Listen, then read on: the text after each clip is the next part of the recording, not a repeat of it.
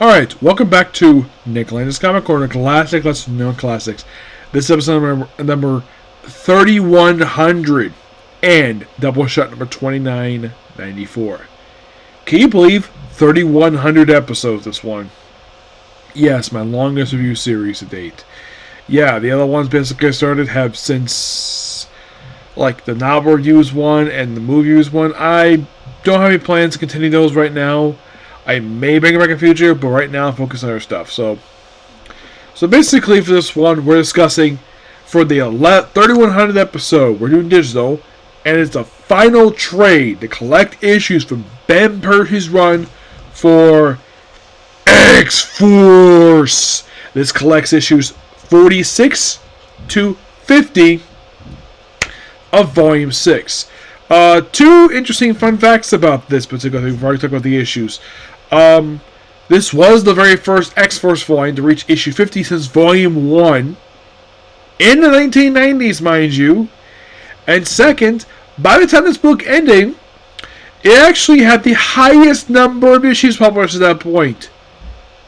Yes, those of you curious, what comic right now has the highest number of issues published right now? And that book is Amazing Spider-Man. But the book's getting launched next month. Yes, after 68 issues. The only case of that one, that's well earned given the fact how reception of the Red Eye volume has been. And behind that is Avengers at basically 30-ish issues. And up there along with it is, I think it's Incredible Hulk and Immortal Thor. Yeah, those ones basically the highest number of issues. Now, it was shocking to see this book last 50 issues, but I'll talk more about that later on. So, in these issues, we are wrapping up basically this book. By the way, the end of this book leads into the Wolverine, what happens to Wolverine. So, we have, for the artist, we have Daniel Kuna as the cover artist. We have, for issue 47, the artwork is Daniel Padicio, who does 47 and 50. Excuse me, it's actually just 4750. My mistake by that. Also, a little fun fact about these issues. Another fun fact. For Legacy numbering, these are issues 287 to 290. Yep. As a matter of fact, when the current volume ends, issue 10, it'll be basically the 300th issue of the series. Now, what was the last series reach 300 for X-Men? Believe it or not, it was X-Men Volume. It was X-Men Legacy. So we start Wolverine on the run from Sentinels in upstate New York, and then we see him with Sage, where she is basically looking at some monitors, talking to Black Tom Cassidy. Quintus does back with his beard, now gets back in future. So basically, the whole point of these issues is like, okay, so basically Quentin is worried about something, and basically he's worried about Sophie. She's one of the Stanford Cuckoos, who is one of M. Frost's several daughters, and he considers her here his favorite cuckoo, and he's in love with her. And I believe also one of the cuckoos actually dated the young version of Cable. So yeah, so then we see it's like you have Domino and Laura just basically in the mountains, and then they run into Daken, though they refer to him as Akiro. Yes, and he is wearing his old Daken Wolverine costume. I still refer to him as Daken because that's the name he goes by. I think this is supposed to be, I think that's his last name, if I'm not mistaken.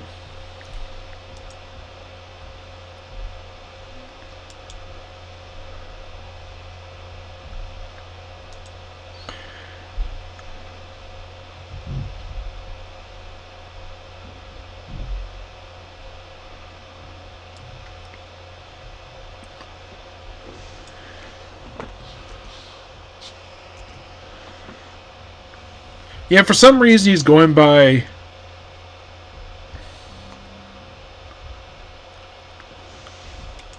He goes by Fang, but he goes by Akiro for some reason. Despite the fact his name was Doc, and apparently his real name is Akiro. Not sure why he stopped calling himself Daken. I just referred to himself as Daken. Also, he's here with Alpha Flight, which was more North Star. Also, apparently, the story of this one continued with Logan. So basically, in a way, these last 4 issues of X-Force take place between issues 40 and 41 of Wolverine. And this also continues from Alpha Flight. Yes, so Alpha Flight and Wolverine led into these issues and led into the stuff in Wolverine. Slower's there with her awesome brother. And then we see Northstar and Amora. And they continue working together. And of course, then we have Colossus in a garden. Then you see him like Bromino, and then back. So basically, well, the whole thing they revealed in the early issues that he betrayed the team, but he fixed the problem.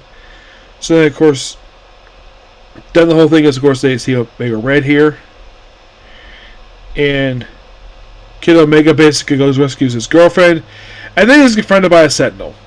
Yes, so then of course they rescue a bunch of mutants, and then they're shot at. Well, actually, they're sniped by, basically distanced by Beast. Yep, and he is back here to pretty much lead into the last 3 issues of this run. Target Beast.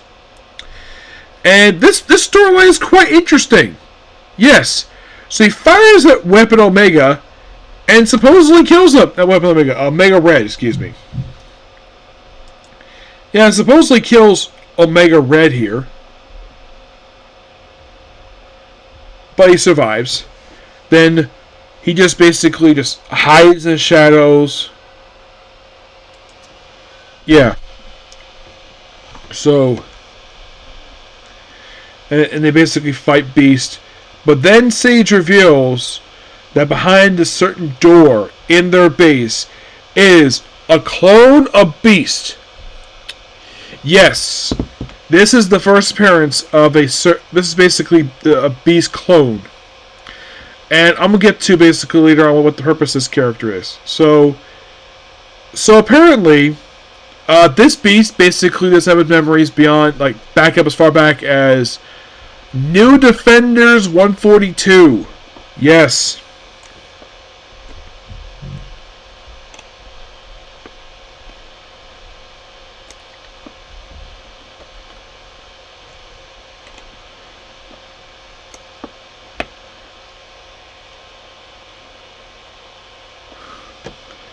Yeah, so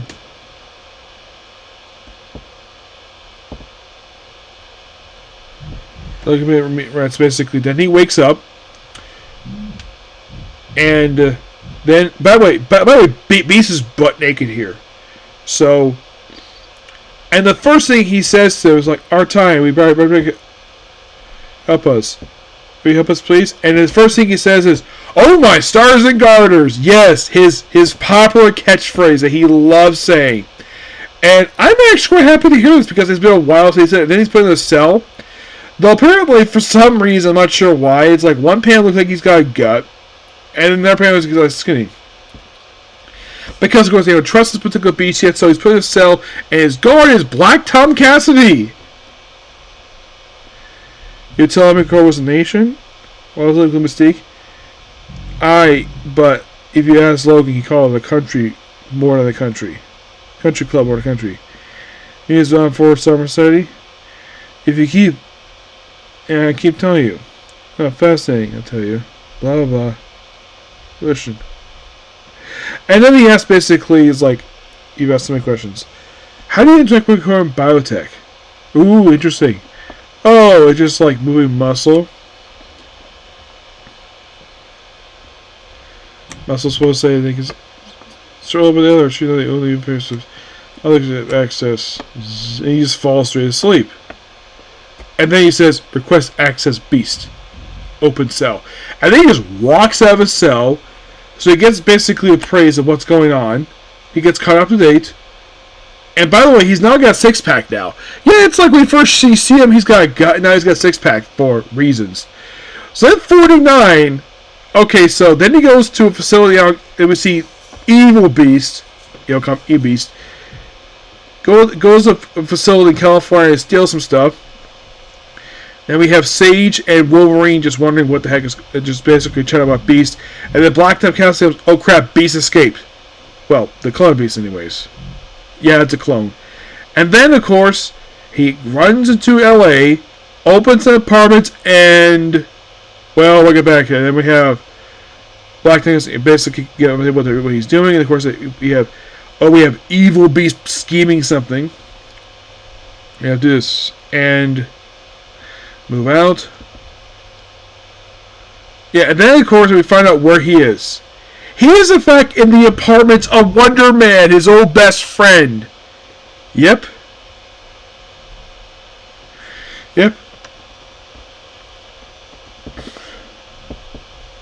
So he wants Wonder Man to help him basically reform his image. Yes, Wonder Man. You're thinking, wait a minute, he's the Avengers character. What the heck is doing in the X-Men book?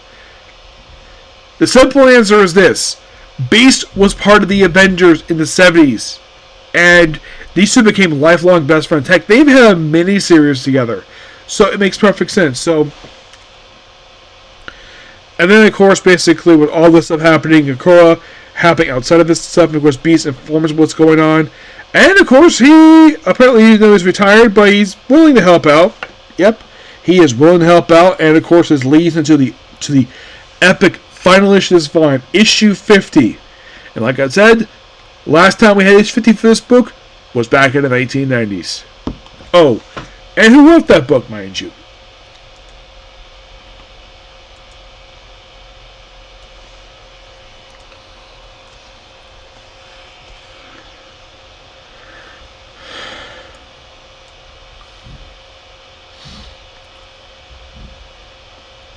So last issue 50 ever released for X-Force, which came out in November 30th, 1995.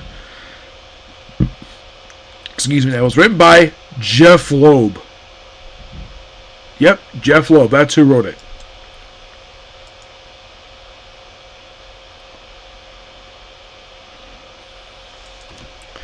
So then Beast tries to get his evil self changing his ways, not exactly working. And, of course, you have Wolverine and Kokora, like, symbiote stuff. Of course, he powers down, and of course, they talk to each other. Then we have older Beast talking to young Beast. Yeah, like Magneto did. Magneto was right. No! And then, of course, he lifts his device, fights him. Laura does his own thing and fights Sentinels. By the way, Wonder Man sent back to the surface. And then, like, well, then Evil Beast kills himself. Yep, Evil Beast dies. And by the way, this is the same Beast who debuted back in X-Men 1 back in 1963. So Ben Percy killed off a fan favorite. Well, he already turned evil anyway, so... Oh yeah, and what happened with the Club Beast? Oh, he became Wonder Man's roommate. And then, of course, basically, it's like... It's kind of like, yeah, they settled the thing with Beast, but it's like... Back to status quo, but then... This version of X-Force Expanded was reformed under Jeffrey Thorne, led by Forge, and didn't have any members of his roster. Yeah.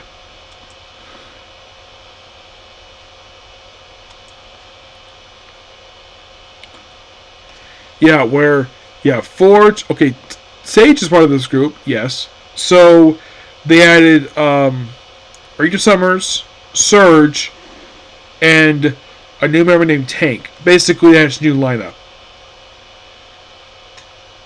And for some reason, one guy referred to basically, okay, it's like, oh, it's actually not the original kind of, it's Betsy Braddock, formerly Psylocke. Yeah, she becomes part of the new roster, which, okay. So, this was amazing. I love this book. I love the fact they included... Now, my guess is probably the reason why that Ben Percy did the whole clone of Beast thing was because I guess he was getting a lot of criticism. People probably didn't like the Evil Beast thing. Or probably was pre-planned, like, hey, we know what we're going to do with the Return to the Ashes thing, Rise from the Ashes, so we're going to do a new Beast. We don't turn good, but we can't turn this one good. He's too far gone. So we need a fresh start with Beast. So, a clone. Yes, a clone. That's what we see nowadays in X-Men right now. That's where he is. Wonder Man basically joined the Avengers Response Squad over Avengers 7, was continued over in a digital book. Wolverine, of course, is part of Uncanny X-Men, and it has his own solo book, Wolverine. Of course, Sage is part of the next volume for X-Force. But what about the rest members? Domino!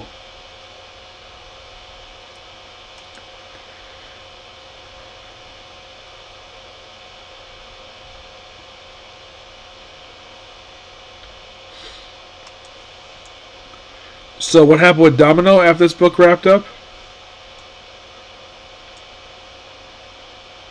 Actually, I might talk about the rest of these characters, like what they were up to after this wrapped up, because, well, they also involved in the final issues of Wolverine. Well, the most recent book she's involved with was Dazzler.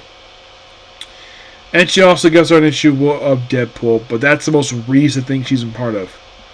Omega Red.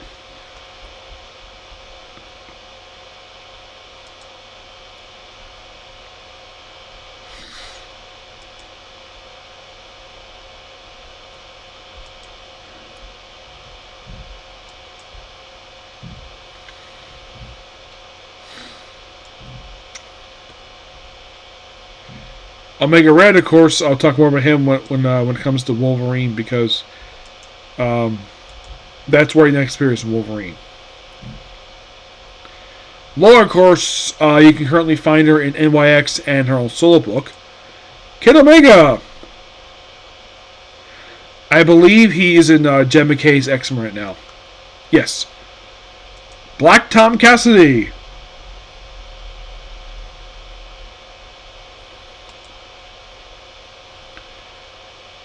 Where can you find him nowadays? Well, of course, he's been Wolverine, but now he's... Yeah, for some reason, Marvel decided to keep him in digital stuff for some reason. So, yeah, that's where you can find him nowadays, is in digital stuff. Wonder Man, of course, like I mentioned, joined the Avengers Response Squad. But, like I said, this book was absolutely amazing. And can you believe this book didn't start out with these members? You know, with the two Wolverines, Omega Red, Colossus, Domino, Kid Omega, Sage, Black Tom Cassidy. Yeah, this is not the original lineup when this book started. Back in November 2019. The original lineup comprised of... Well, they didn't form initially in issue 1, but the members were Domino, Beast, Wolverine, Black Tom Cassidy, Jean Grey as Marvel Girl, who became a part of main X-Men, and Sage. That was your lineup. And if you're really curious, how long before they officially became X-Force? They had to wait until issue 3 of this book to become X-Force. Yep. Yeah, that's when the team technically first formed. But if you're really curious, like, did this team practically disband right after the events of Fall of X? Yes. But I'll talk more about that later on. But in the case of this book was amazing. Yeah. Despite people's problems with the X-Men stuff with the Courier, this book was just pure, really good. Not a single bad issue. I actually own some of the trades for this series. I couldn't get my hands on all of them per se. I think I own the first, if I remember correctly, I think I own the first 5, and I also own trade number 7. I think it's 7. No, I think it was 8. I own the first 5 and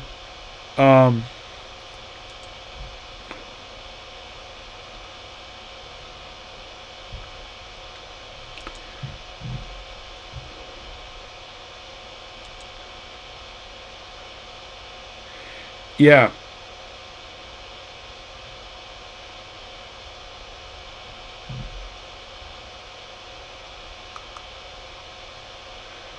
But like I said, these books are amazing, and I did buy these books initially when the Courier started, but then I stopped buying them purely because Barnes & Noble couldn't carry them anymore for some reason. Yeah, they stopped selling them. Like, they didn't pick up any more after basically like volume 5, whatever. Not sure why, but they didn't.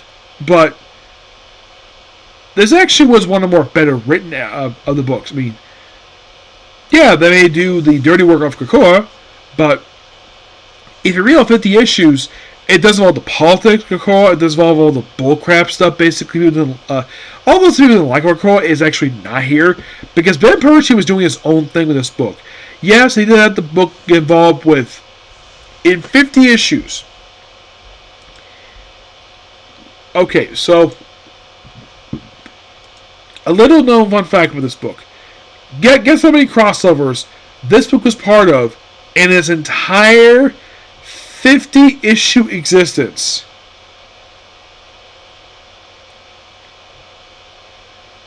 The answer is 3. Yet X of Swords, obviously, was part of that one for about 3 issues, issues 11, 13. And after that, it never became part of an event ever again until the Judgment Day crossover. We got issues tied into that one. Roughly 4 straight issues of X-Force. And then right after that, basically, it started doing its own thing right afterwards. And if you're curious, was there any more events this one? No, not really. I could have sworn basically it was also part of Hellfire Gala. Oh yeah, it was. Hellfire Gala for like 1 issue. Yeah, it was part of the original Hellfire Gala storyline, where it was a whole crossover between all the X books. And after this, basically, the events kind of in a way stopped for X books, because X of Swords probably sold really well. I guess Marvel thought this, hey, why don't we do another one? And it wasn't very popular.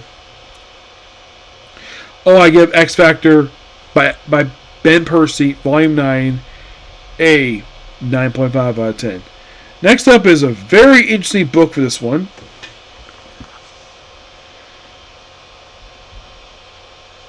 Next up we have is Spider-Verse Spider Zero. Yep.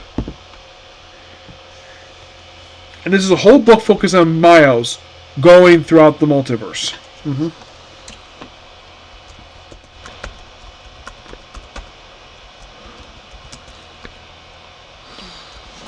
And he's looking for this thing called Spider Zero.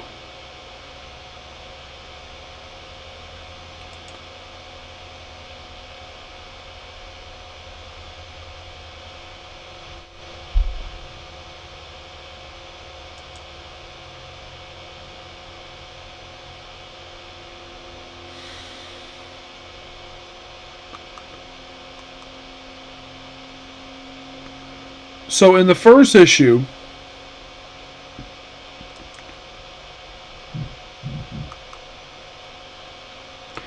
by the way, the book has got 2 different Jed MacKay, Ryan North, and even it has Jed MacKay do issues 1, 3, and 6. 2 is on Ryan North, 4 is Taran Coulomb, and 5 is on by Christos Gage. Of the artwork, there's like many. The first issue, for the first 4 pages, it's Juan Ferrari and Carlos Lopez. Stacey Lee does pages 5 and 6. Arthur Adams does, and Ferrer B does 7 and 8. James Herron, Dave Stewart does pages 9 and 10. 11 tells by Derek Rue and Carlos Lopez. The rest of the book is done by Sara Valia. Perry Perez does issue 2. Derek Rue does issue 3. Issue 4 is Juan Garcia. 4 is Juan Ferreira. 6 is Z. Carlos. Yep.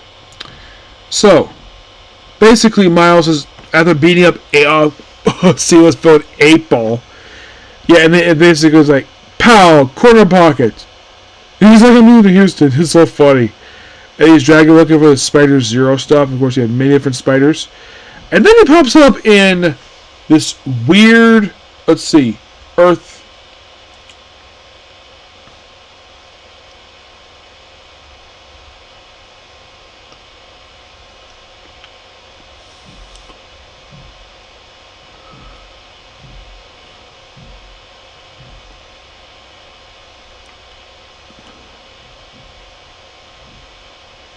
Earth 1920 135 25.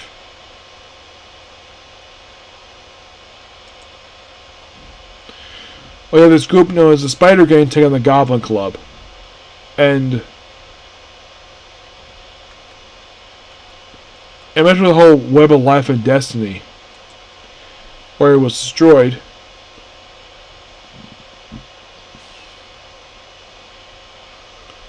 But then basically it was being fixed.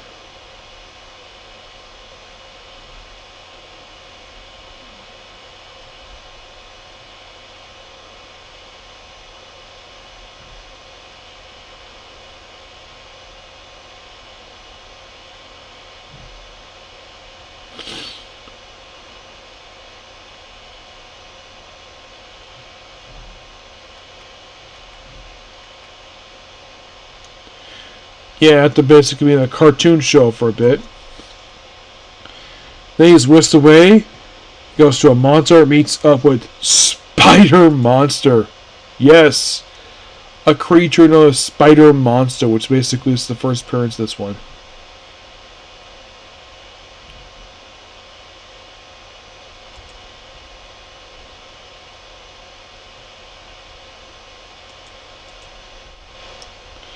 And he pretty much here for this issue, the last issue, he pops up in Spider-Man. There's also first appearance of Lord Spider.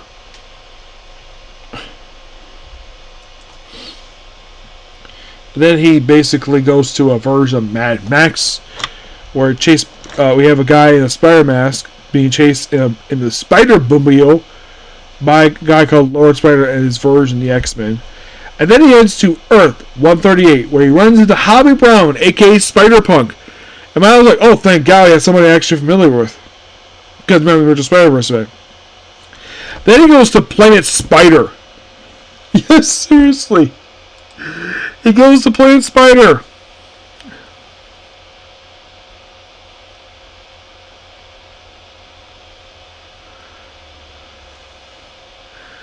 Let's see, it's 57.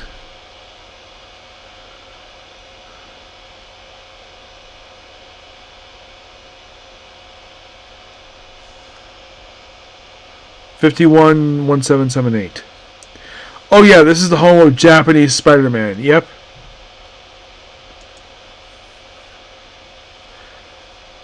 And his first appearance of Planet Spider.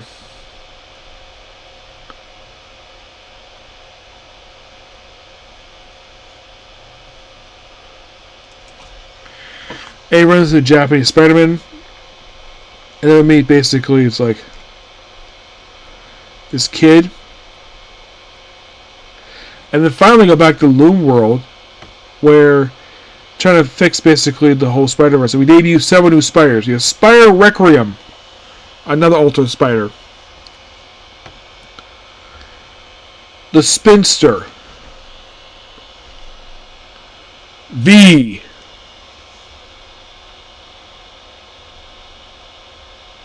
Yeah, then we go to Spider-Man.